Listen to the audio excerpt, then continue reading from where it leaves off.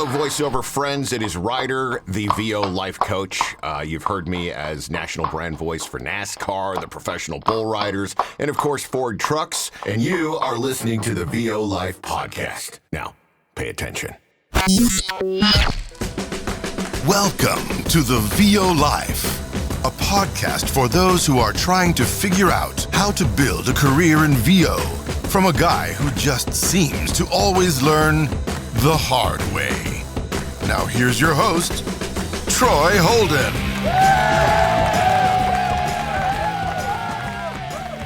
Hey, it is the VO Life. I'm Troy Holden coming to you from my comfortable booth here in Westmoreland, Tennessee, where the temperature is a lovely 71 degrees. Joining me today is Charles the Voice, Charles Coates from over in Texas. Charles, how are you? Hey, I'm doing super good, man. Super good. Sir. In yes, sir. Dallas, Fort Worth, where it is a lovely high of 90 today. Yeah. Oh, wow. Wow. Yeah, we're catching all of the, there's no good side to a hurricane, but we have really caught some changes in our weather because of, having two back-to-back. It's kept it cool. And I noticed even here, I think it's next week, our highs are in the low 60s. Yeah, ours are in like the mid 70s. Yeah, so it's really, fall's really rolling in. Nobody wants to hear about the weather. Nobody probably cares. They tuned in to talk voiceover. Yes, voiceover.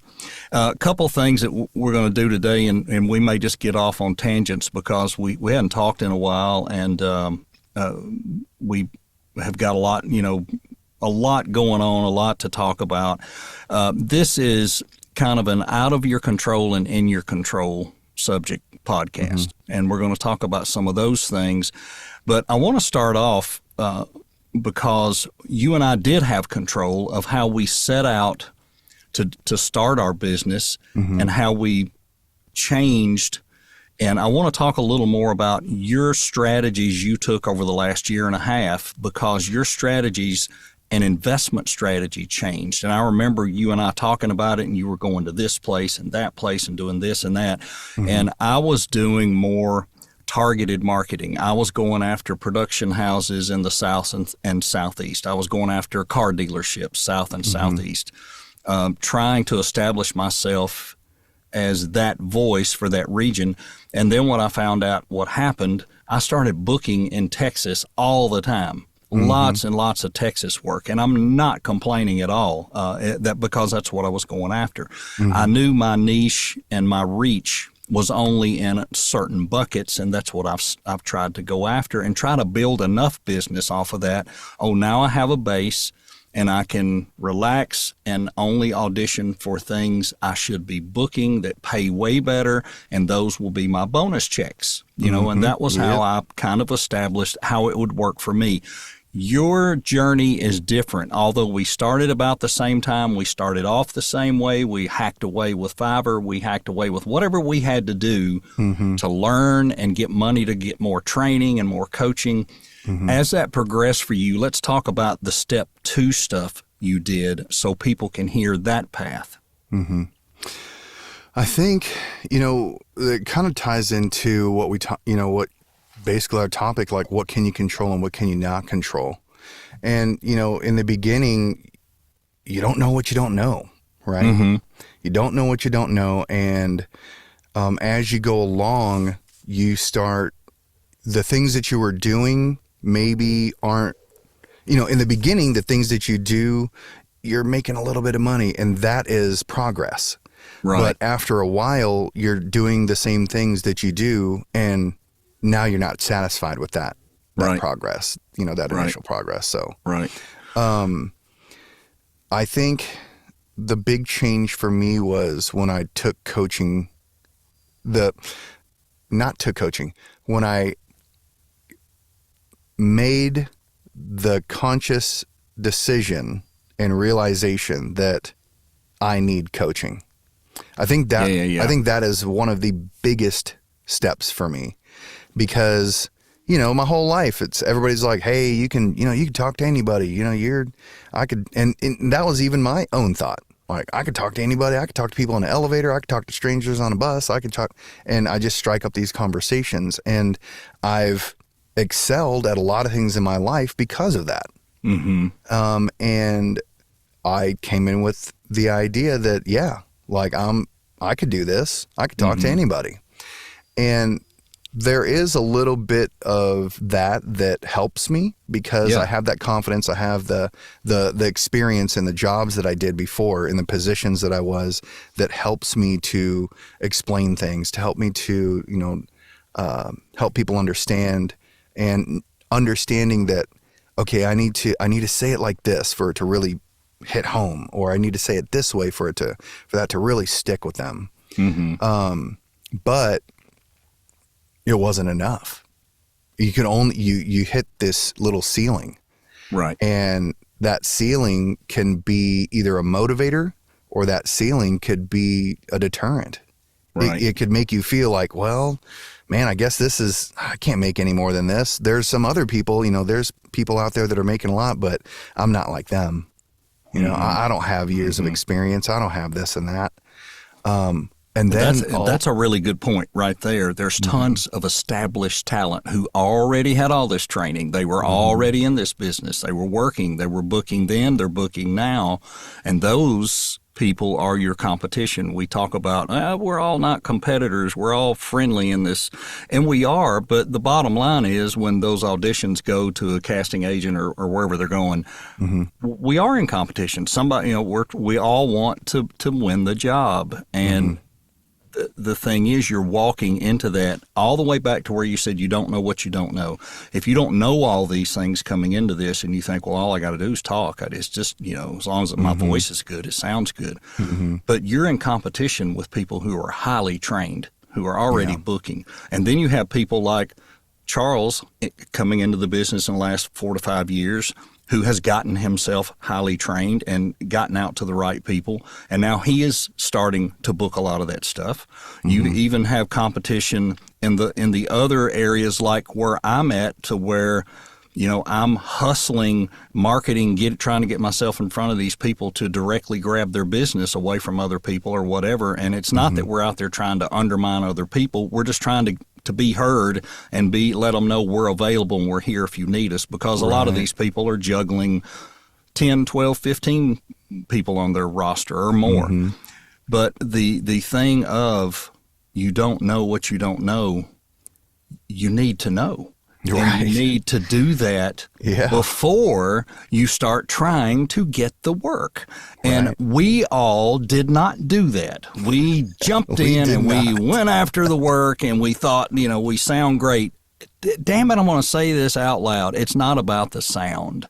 You know, you can sound like whoever. If you don't know what to do with that and how to interpret copy and how to do all that, this won't work for you. You're going to spend money, you know, and if it's not sinking in and not working, it doesn't work. So, you know, you made a good point. It doesn't matter how you sound. I just did an audition. That's why I was actually a little bit late to this podcast. Remember, I said, hey, I got to finish up this audition and send it. It was one, and their touchstone voice was Tom Pinto off of Motel 6. All right. And Tom Bodett. Yeah, Tom Bodett. Tom Pinto, what am I talking about? Well, Tom's a great guy. That's what I'm talking about. Tom Bodett. And, you know, I guarantee the people that are new or that weren't coached right, or they're reading into that, they're going to try to sound like exactly like him.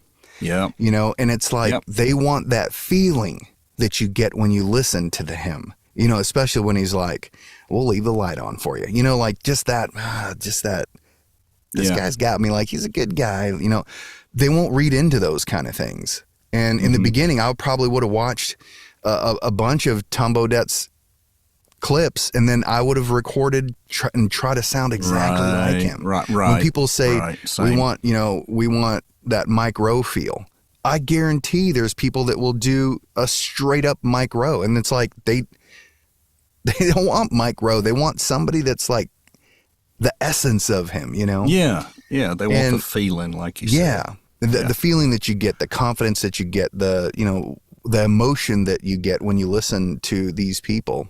Yeah. And Yeah.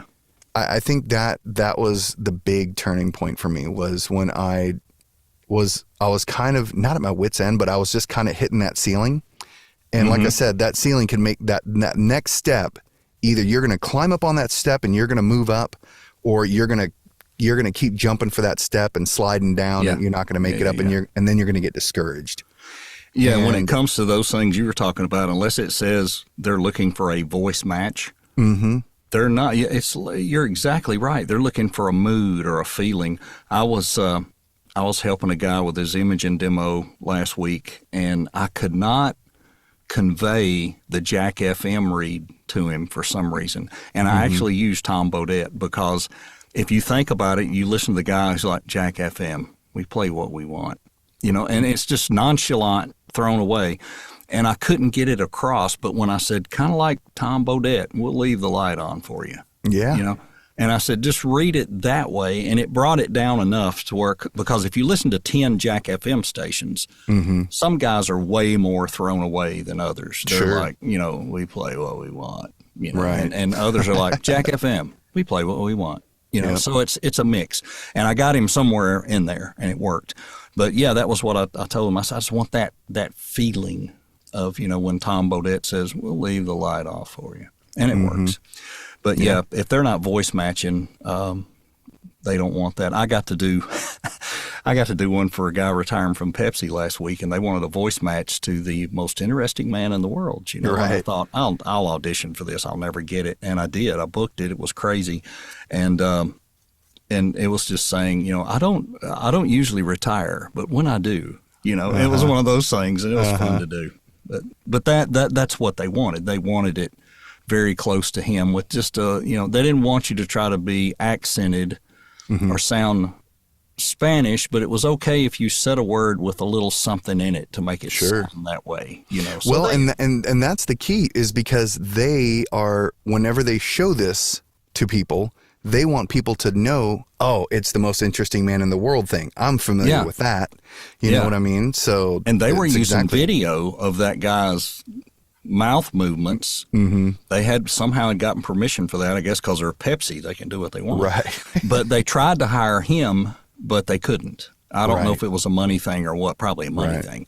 But, or a contract thing. Maybe he was. Could have been. Maybe he had exclusivity for. Could have been some kind of. Yeah, it was fun to do. Yeah. Fun. Well, I would say coaching is number one. Yep. Number two, I think, would be investing in workshops. Yep. And the thing is, there's a lot of them out there, and there's kind of two camps, right? There's ones that are like, take these workshops because you get in front of these people, and they're gonna know who you are and this and that. The other camp those is are like, later. Do those later. Don't do those first. Yeah. And then there's, hey, I'm going to join this workshop because, it's not going to cost me an arm and a leg, and I'm going to get live feedback, and I'm going to get better. Yeah, right. This is somebody that's in the industry, and they're successful, and I've researched them, and they have a good track record, and they've done all these things. Well, great. I want to learn from them. Yeah. I want to learn from somebody that knows something more than me, because I think there's too many people in too many Facebook groups and this and that are taking advice from people that they aren't booking anything. Right. And I almost feel like there's a side of, there's people that they've been in trying to do voiceover for a while. They've got a couple things here and there. And because they're not making it on the voiceover side, like making money, booking stuff consistently, something else that makes them feel good and makes them feel of worth and of value. Yeah, like they belong. Is giving out some, hey, because now they've heard all these things for so long also that they kind of regurgitate that back out, and it makes them feel good. Yeah, and there is a lot of that. And, there is good things from those, that level of information, especially for somebody that's brand new. And it's good information. Sure. But ultimately, you're going to have to invest. And that's the thing. You have to look at it as an investment. You have to say, okay, I'm not going to eat out once a week and save $20 a week. And this next month I have, $60 and I'm going to do this workshop, or maybe I have to save up for a couple months and I'm going to do this one-on-one coaching with this person, with this coach, because if you look at it as, man, that's just, that's money. It's not, maybe like it's a waste of money, but man, that's money I could be using for something else. Well, the thing is, if it's your business and you want to grow this business and you want to become successful and you want to grow, you have to look at that money as, I'm planting seeds, man. I'm planting seeds with this money. Now, sometimes when you plant seeds, you don't get the growth you want, but some seeds, man, you get bushels of return. Yeah. Yeah, and that's what I want to talk about with me. Yours. Yeah, I want to talk about that with your stuff. Let's back up. You and I remember when you made that decision, because you and I talked about a lot of this, and I want to say you had, like, right at the end of the year before last, maybe, you went out to L.A. I think you had went to Mavo. Also, maybe then going into the next year, other stuff. Talk about those things you did and how it worked for you. So going to conferences and things like that now has a very different strategy, because when you go to a lot of those conferences in the beginning, it's always like, you don't really know anything. So you're just taking all the information in. It can be overwhelming, this and that. But my strategy now, because I think I have a fairly decent hold on my voiceover career and the things that I book. And now I am looking, when I went to Sovus, I entered into things that they had offered. And that's another thing also. It's like, if you're going to a conference, take full advantage. Be strategic in what you want to do. Right. And I entered into I was selected for the speed dating with casting directors and agents. So I got in front of those casting agents and directors and stuff, and made some pretty good connections. Right. I have an agent. I don't know if it's directly from that interaction, but that was just another step, to add on to their decision of, I want you on my roster. Right. And I was exposed to a big chunk of the animation world, because I was chosen because of my audition that I put in to be a member of the DreamWorks 7. So I'm talking, I'm being coached directly on stage by Anya O'Hare, and she's the head of casting for animation for DreamWorks. And going to the gala. I didn't get to go to the Nava Gala, but especially for something like Nava, it's more support. Right. Than getting to rub elbows with people or something like that. Because Nava is just an organization that helps us, right? Yep. And then when I did Nevo, I was picked up by a management company there when I did a showcase. And I got to, and every bit of feedback that you get, every bit of feedback is important. Right. Every bit of coaching that you get, like, you're going to get a lot of, there's things that are similar, right? Because of the industry overall, but there's going to be those gold nuggets. And I'm telling you, if you get one good gold nugget out of a coaching session or a training session or a workshop or something like that, it's worth it, because you add all those together, and now you got a bar of gold, man.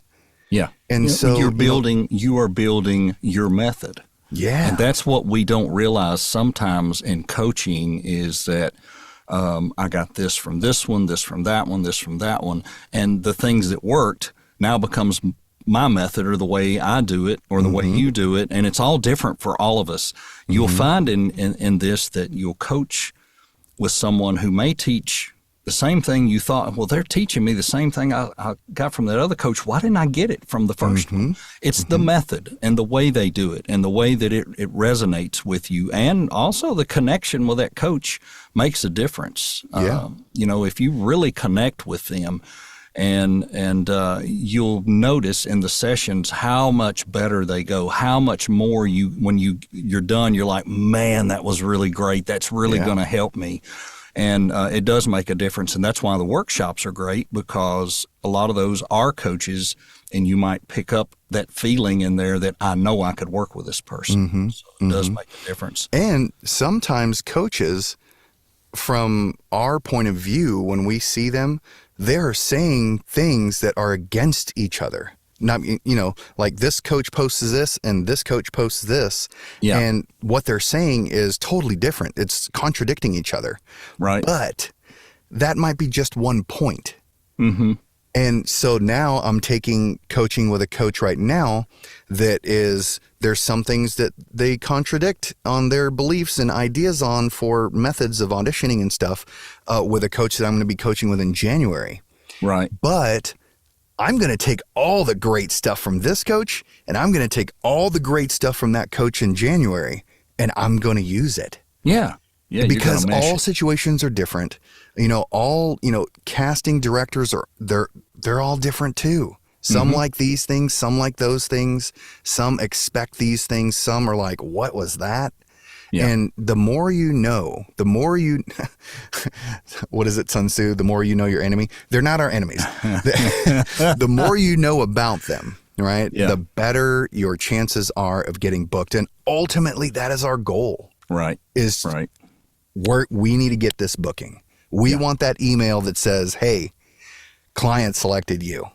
But you're never going to get to the client if the next person that listens to this is going to be like, nope, and you're in the pile. Yep. Yep. And I think that's the big difference, is realizing that. And now that there's been a little bit of time, I still think, you and I, we talk about all the time.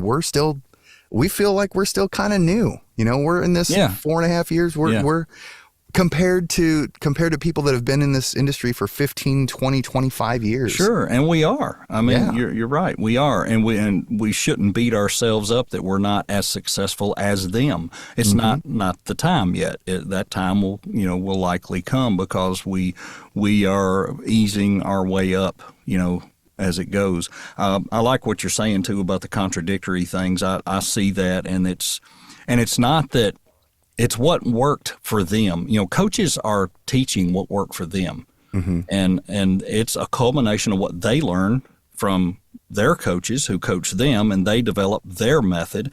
Now they are sharing their method, which is a culmination of these other coaches. Yep. And that's just going to go on and on. It's just the way it is. You don't learn by not doing and not having success. And that's what I always tell people who ask me about a coach. I'll tell them, be sure they're working and they're successful in the business, and you may only get 50% of what they're teaching, but you'll always have someone else down the road that will help reinforce that and maybe fill in the blanks on the other stuff. You can't, I don't know. Some people say, well, you should always just stick with one coach. I don't know that works. I just don't see that working, because we have to build our own thing, from a lot of other, it's like a recipe. I bet we've got in our kitchen 6 meatloaf recipes. Yeah. And sometimes we'll use this one, but I say, what, that other ingredient they put in there, what was that in that other one? Oh, it was this. Yeah, let's put that in with this and see what happens. Like, whoa, that's really good, And it's no different. It's no different. It's just is what it is. It's crazy out there. And you were talking too about what, casting directors and what they hear and being in their head, and it's all different. And you probably, like me, you hear commercials all the time, whether it's radio, TV, or whatever, and you're like, God, what were they thinking choosing that? I don't like that. Well, just because we didn't like it. So with all of that being said, and I know this is going to lead to a part 2 because we got so much else we probably want to talk about.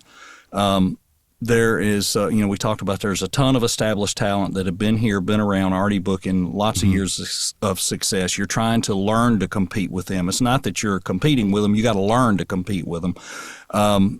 I talked about the spin thing that a lot of people are doing. I see some that are spin, but I don't know if they're booking, and I worry about that. So what I want to put out there is this week's smack of truth, I guess, is you need to decide, are you doing this just to have a place to hang around and it's for your ego or for your satisfaction of just having something to do? If you're all right with that, I guess that's okay. But are you doing this because you really love doing it? And you really want to be good at it? And there's a difference. And there are people out there going through the proper steps and taking their time, and it may take them 10 years to get to a point where they start doing all that stuff, booking and doing better.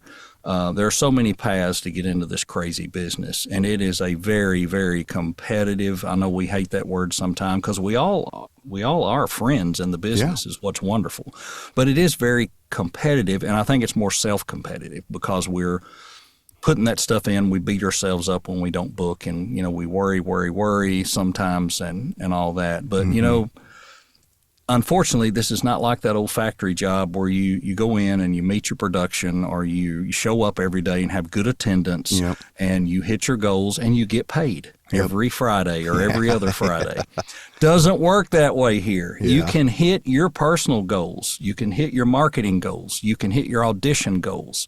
You can do all those things and there still not be a payoff unless you continue to train and learn and get better at this, because competition, the other people who are getting these bookings have done that, or they wouldn't be getting those bookings. Yeah, and I think that the key is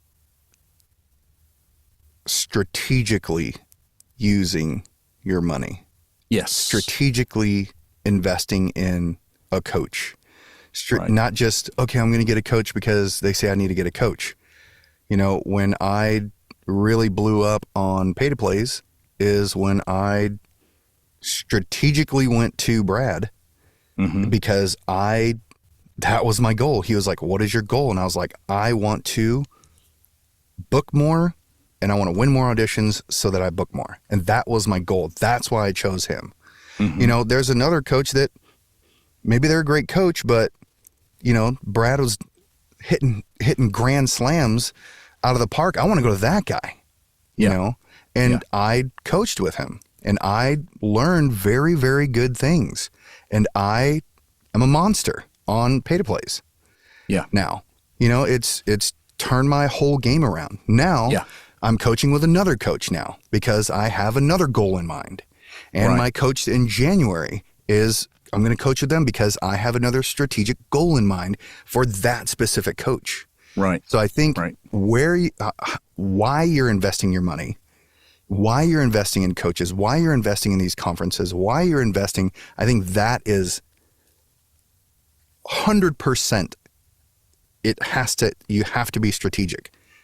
In this business, because if not, you're just willy-nilly tossing your money around. And it's like those money machines. It's like you're just grabbing and hoping something's gonna work. But if you go in with a plan and lift up your shirt, well, guess what? All them dollar bills are gonna fly underneath your shirt, and that was your plan. There you go. That's right. Gotta have a strategic plan. I saw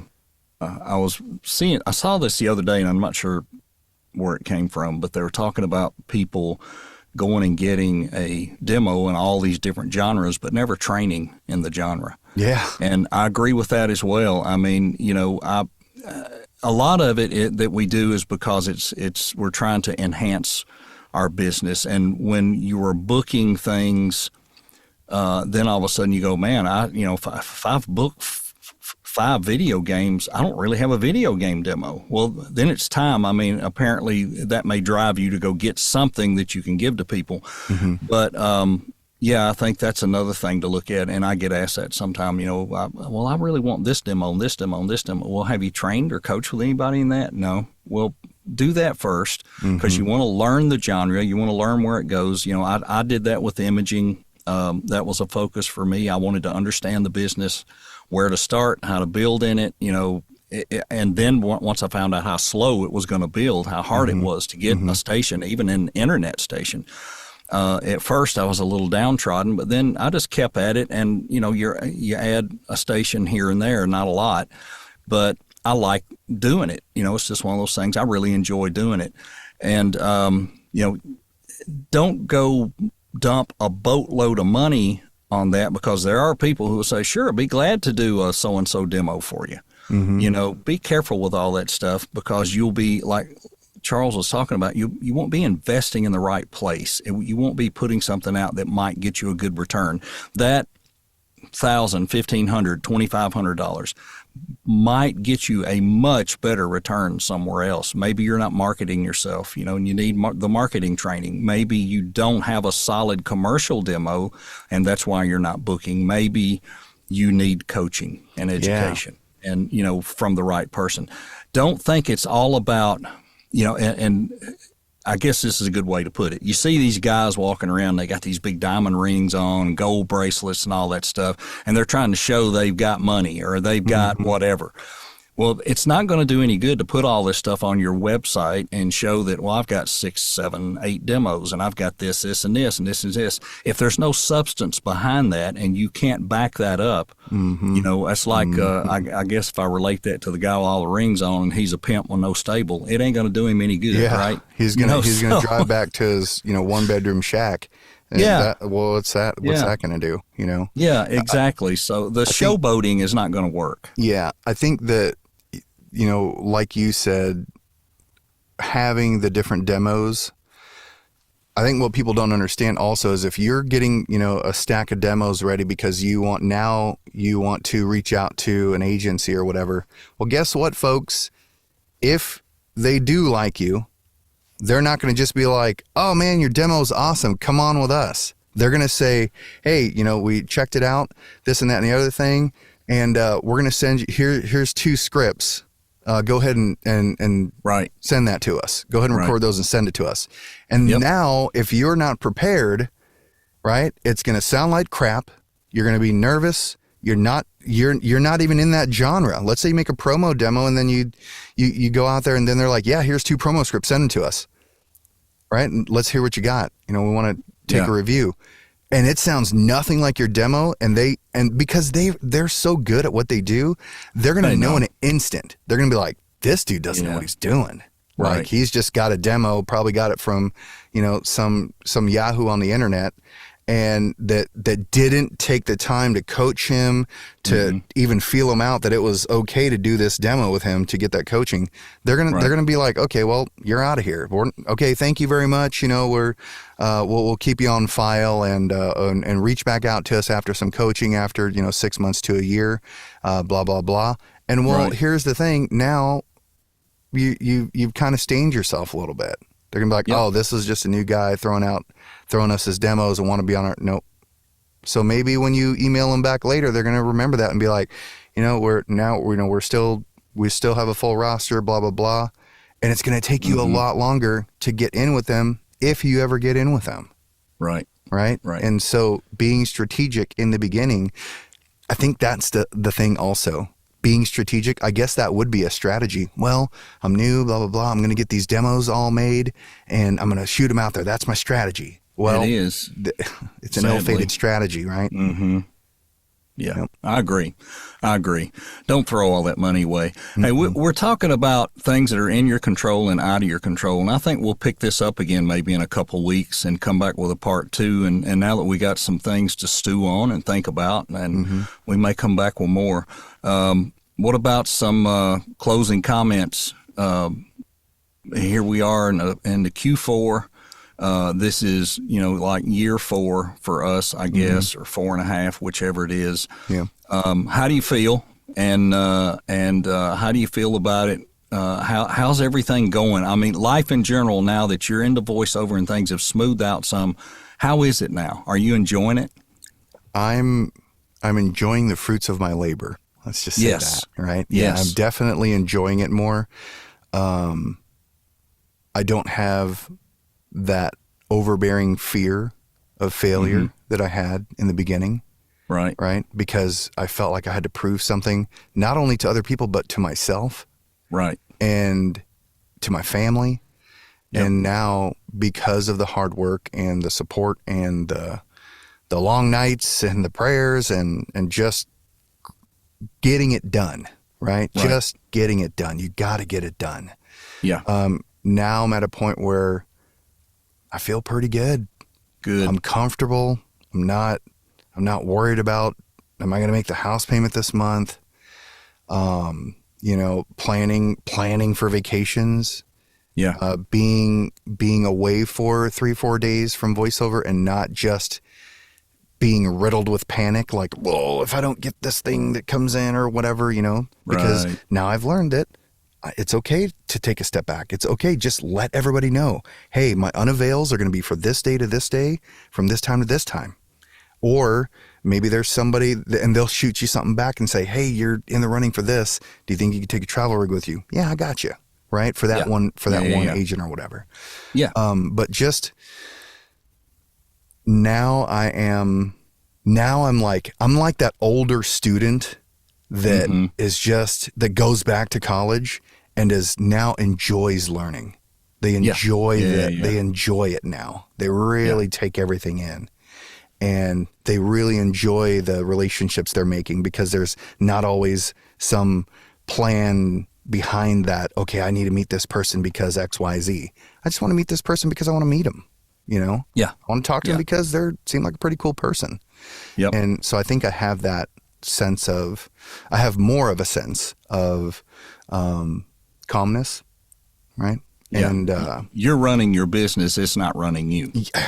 perfect. I wish you would have said that 5 minutes ago. That's exactly what it is. I'm running my business and my business isn't running me. Yeah, Yep, and that's a really good way to put it. it's a good way to look at it. One of the goals that I set when I went in full time, I knew the first year I was going to work a lot of hours, Mm-hmm. and I said my goal will be less hours, more money, Mm-hmm. and every few months I can look back and say, look at what I turned down and what I didn't do, Mm-hmm. and going through this remodel the last 6 weeks or so, just not having the ability to come in and do things I would have done before, I thought, well, I'm just, it's going to kill my income. And it didn't. Mm-hmm. I still had, my same people coming back. I could do things at different hours of the day or whatever.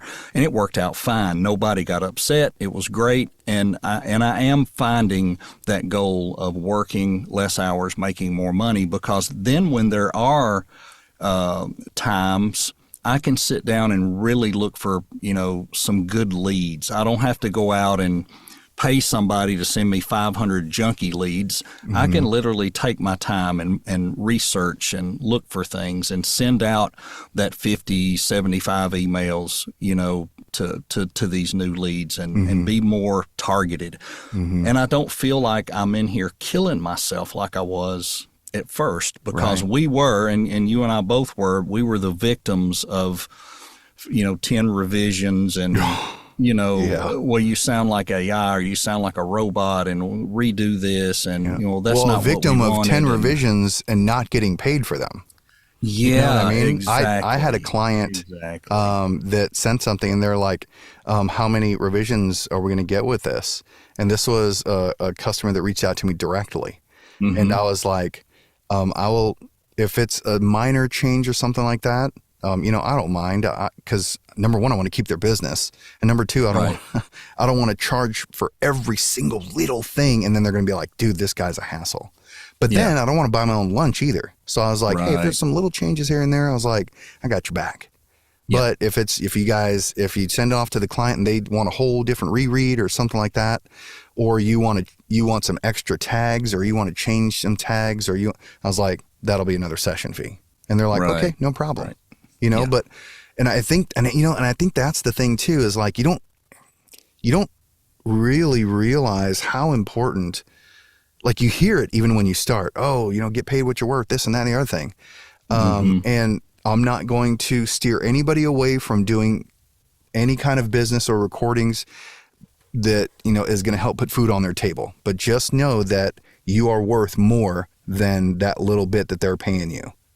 You know? Yeah, and as things elevate, the clients do get better. Well, I had some good clients early on. They were good. They were not hard to get along with. The rates weren't great at times, but they were easy to work with. And maybe because they knew they were getting a deal, I don't know. But what I find now is, like you said, they're more agreeable. They understand. They're used to the business. They're used to the rates. And they're all still trying to haggle a little bit here and there sometimes.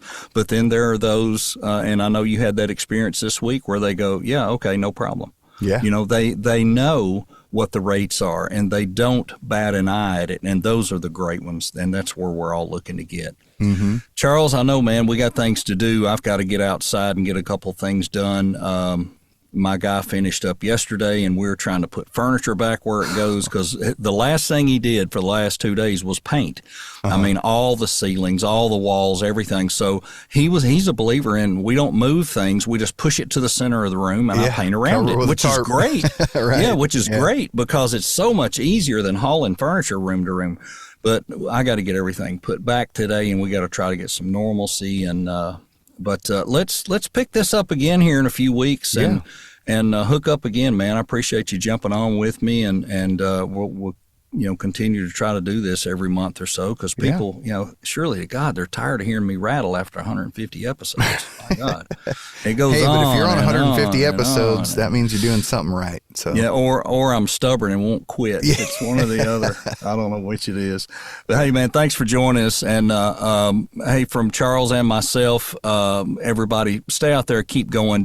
Please don't think that we're trying to discourage anybody. We're not. We're trying to give you the true picture. This is a tough business, and like our realization there at the end, when it gets to the point where your business is always running you and you're not running your business, you better take a good hard look at it, especially if you've been doing it a while. Yep. It's time to either outsource things, get control of whatever you got to do. But hey, thanks for dropping in, everybody, and we'll see you on the next episode of the VO Life. See you later. This podcast was produced under the authority of the Podcast Police, who may or may not have investigated the host and guests prior to broadcasting. Any unlawful statements will be investigated further and persecuted to the fullest extent of the podcast law.